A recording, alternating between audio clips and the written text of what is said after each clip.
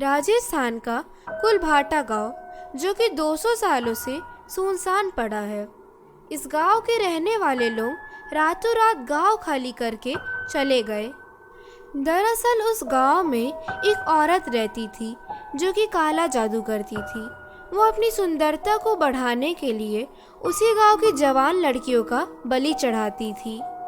धीरे धीरे उस गांव की सभी जवान लड़कियां लापता हो रही थी, जिस कारण वहां के गांववासी अपनी बेटियों को छुपा कर रखने लगे थे।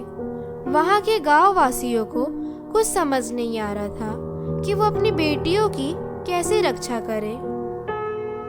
तभी एक रात एक आदमी उसी गांव से गुजर ही रहा था कि उसने लड़कियों के चीखने चिल्लाने की आवाजें सुनी। ये सुनते ही वो उस आवाज का पीछा करा और पीछा करते करते वो उसी जादू टोना करने वाली औरत के घर पहुंचा।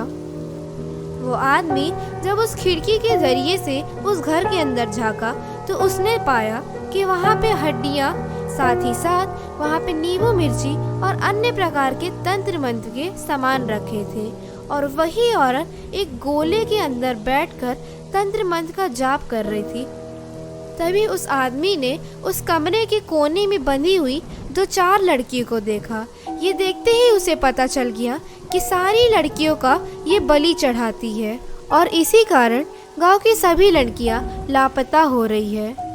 तभी वही आदमी दूसरे ही दिन गांव की मुखिया के पास जाके सब कुछ बताया। ये सब सुनने के बाद उस गांव के मुखिया ने पास के ही ओझा को बुलवाया। वो औरत की तंत्र मंत्र बहुत शक्तिशाली थी, फिर भी उस ओझे ने उस औरत को काबू करके उसे मार डाला। और वहीं के गांववासी एक साथ होकर उस औरत की आत्मा को रेगिस्तान में दफना दिया। और कहानी यहाँ पे खत्म नहीं होती। उस औरत की आत्मा मरने के बाद भी गांववासियों का पीछा नहीं छोड़ी और तभी से गांववासियों ने उस चुड़ैल का नाम कालो रखा। वो औरत अपना बदला लेने के लिए एक एक कर गांववासियों को मारने लगी। कालो के डर के कारण गांववासियों ने गांव को छोड़ने का फैसला किया और एक ही साथ वो गांव खाली करके वहां से चल दिए। और आज भी कालो किसी को भी गांव में बसने नहीं देती। सो गाइस, कैसी लगी आपको द हॉरर नाइट्स की हॉरर स्टोरी? अगर अच्छी लगे तो do like, share and subscribe and bell icon press करना ना भूलें।